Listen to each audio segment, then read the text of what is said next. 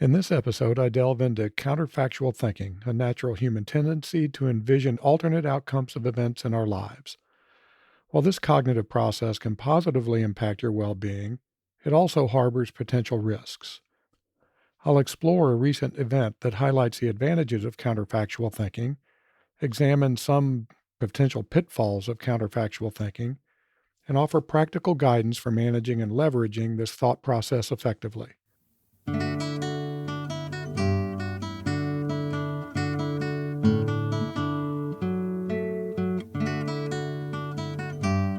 Welcome to Live Well and Flourish, where I help you understand what it means to live a flourishing life. I'm your host, Craig Van Slyke. If you're ready to think beyond material and external success, if you're ready to take control of who you are and the kind of life you live, if you're ready to flourish, this is the podcast for you. Recently, I was scheduled to go to Tampa to attend a banquet in honor of a longtime friend and colleague. The morning of the trip, my wife, Tracy, was ill. Nothing major, or so I thought at the time. I had to teach a class that morning, so I told Tracy I'd check in with her after class, which I did. She didn't answer her phone, which was a bit odd since we had talked about me calling her before I left for campus, but it wasn't unheard of entirely.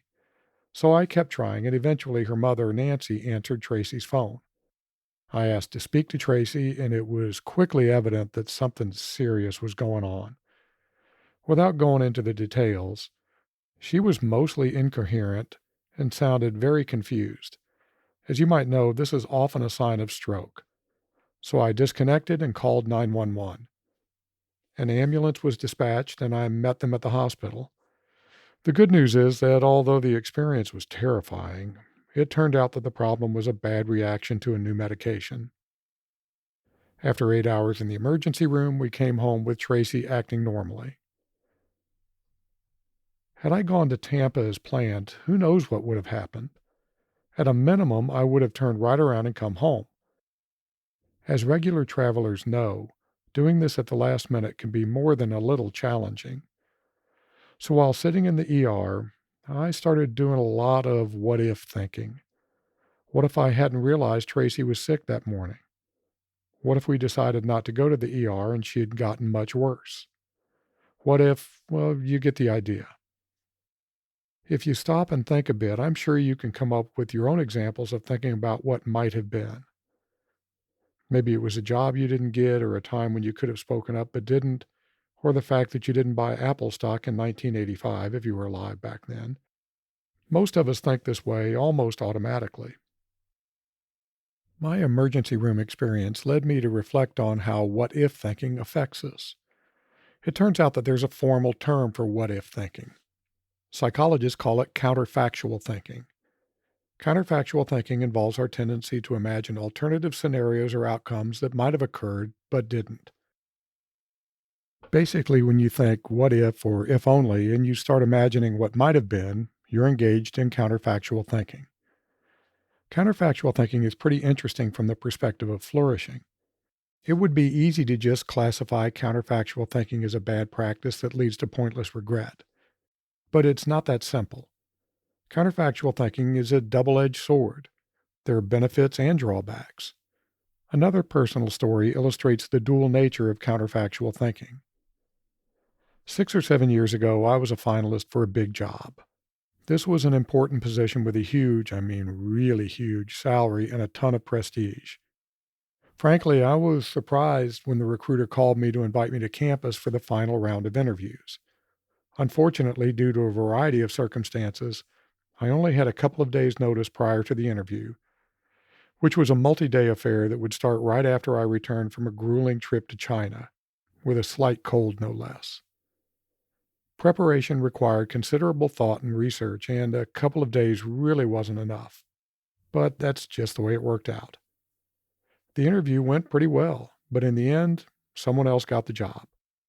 When I learned I hadn't gotten the job, I almost immediately started counterfactual thinking. What if I had more time to prep? What if I hadn't been tired and a little bit under the weather? What would our financial situation be like if I was pulling in that giant salary? It was really a boatload of money. What if, what if, what if? It was pretty hard not to think this way. After some time, though, I realized that Tracy would have hated moving to the new job. It really wasn't in the most desirable area in the world. In fact, we would have been living in a place that's been the butt of more than a few terrible place to live jokes and country music lyrics. Later still, when Tracy was fighting cancer, I thought, if I'd have gotten that job, there's no way I would have been able to give Tracy the support she needed.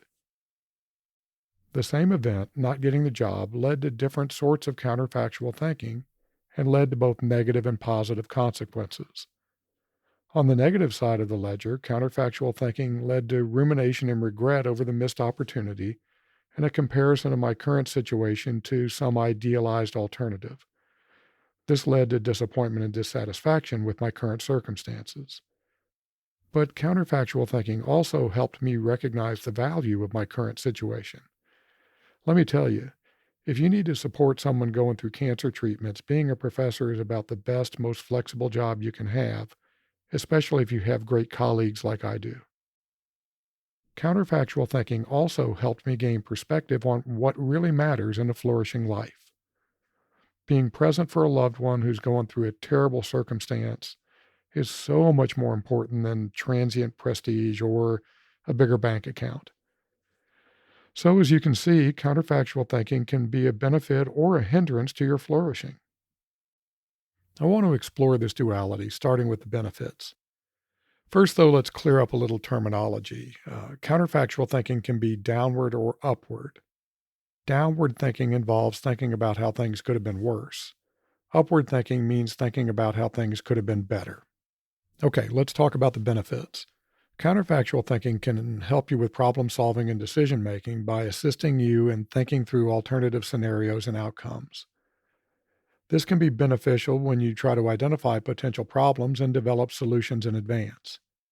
Basically, the what if thinking lets you learn from past experiences and anticipate future possibilities. It also helps you learn by examining alternative outcomes so that you can make more informed choices in the future. Counterfactual thinking also helps with emotional regulation, controlling your emotions, by reflecting on what could have been worse. This is what happened when I thought about the possible implications of my planned trip to Tampa. Although 8 hours in the ER was no fun, it could have been much, much worse. This thinking kept me from getting aggravated by spending so much time in the emergency room. Counterfactual thinking enhances motivation by reflecting on how you might have done better in a given situation. This can lead you to develop better goals and motivate personal growth by identifying areas in which you can develop new skills, enhance your performance, and get better at relationships, for just a few examples. This lets you envision possibilities that go beyond your current circumstances, allowing you to imagine a world of possibilities without being constrained by your present reality.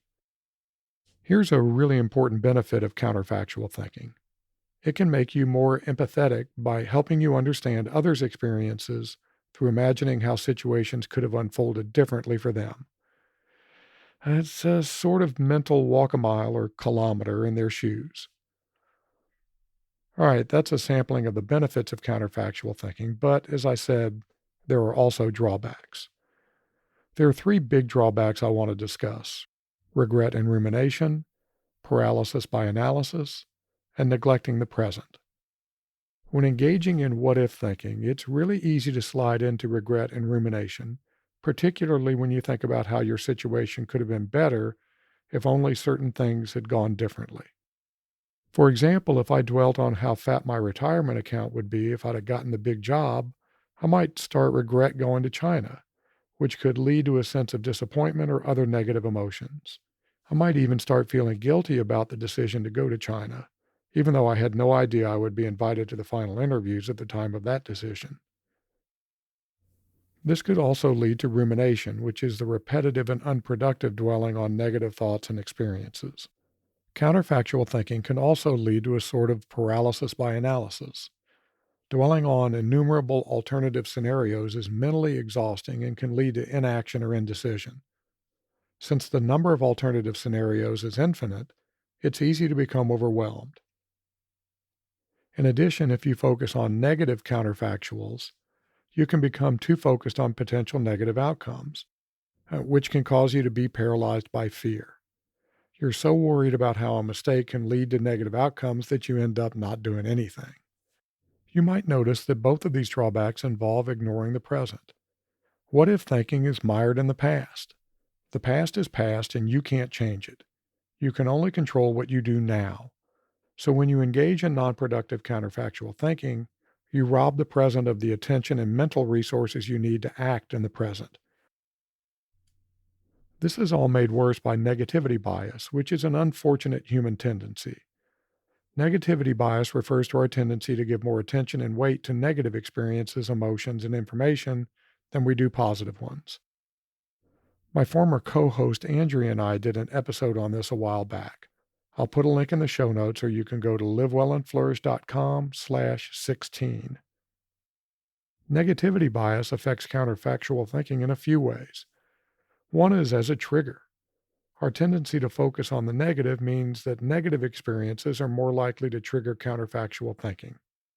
When something goes wrong, we pay more attention to it, which means we're more likely to think about what might have been. This tendency leads us to a greater focus on regretful counterfactuals, which leads to negative emotions like sadness, guilt, or anxiety.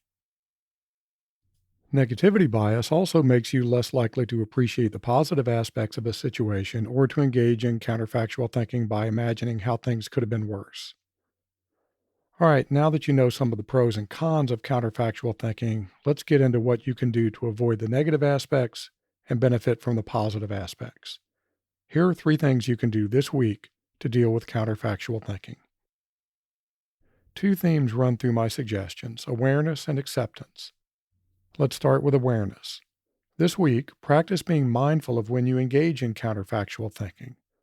One good way to do this is through thought tracking. At the end of each day, take a few minutes and think back through your day, noting the times you engaged in counterfactual thinking and whether it was upward or downward. Then, try to identify any triggers that led to the counterfactual thinking. For example, when I see posts about the successes of my academic friends, it sometimes triggers upward counterfactual thinking. I think about how things could be better. When you catch yourself engaging in upward counterfactual thinking, stop and remind yourself that there's a certain amount of randomness in life. As the song goes, sometimes you're the windshield, sometimes you're the bug. Sometimes the wheel of fate just runs against you. That's life. When it does, devote time and energy to dealing with what is and what can be, not with what never was or in your imagination could have been. Finally, use gratitude to trigger productive downward counterfactual, sorry, that's just hard to say sometimes, counterfactual thinking by imagining how things could have been worse. When I was sitting in the ER while Tracy slept, I ran through a bunch of scenarios that were much worse than having to sit around an emergency room for a while. Trust me, I've been through worse, and I was grateful that it was only 8 uncomfortable hours. Actually, even that could have been worse. Tracy's ER room actually had a pretty comfortable chair, which isn't always the case. The Buddha provides our closing quote: "Let us rise up and be thankful, for even if we didn't learn a lot today, at least we learned a little. And if we didn't learn a little, at least we didn't get sick. And if we got sick, at least we didn't die. So let us all be thankful." Now that's some pretty awesome counterfactual thinking. Until next time, be well, my friends. I produce Live Well and Flourish because of my dedication to helping others live excellent lives. I don't accept sponsorships and I don't want your money. The only thing I want is to help you and others flourish. If you've received some value from this episode, please share it with someone that might also benefit from listening. The best way to do that is to direct them to livewellandflourish.com. Until next time.